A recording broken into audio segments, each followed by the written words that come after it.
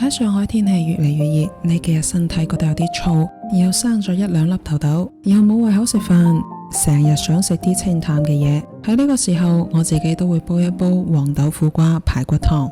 排骨我哋先飛一飛水，可以加啲料酒去腥嘅。自從屋企有咗狗仔之後呢，我而家煲湯都會放多啲骨頭。水滾之後再煮1分鐘，再用清水沖乾淨表面嘅泡沫。黃豆嘅話提前浸好。黃豆都係難煮爛嘅，所以都要提前半粒鐘，又或者到1粒鐘將佢浸一浸。如果怕苦嘅話，其實可以將苦瓜中間嘅囊將佢去咗嘅，再將苦瓜切塊，出嚟嘅味道就會溫和好多。排骨同埋黃豆一齊先煲，湯就會變得更加有厚度。水浸過食材膏1指。苦瓜都係寒涼啲嘅，我會另外加少少嘅薑，飲起身呢就會更加舒服。大火煮滾之後轉細火煮1個鐘，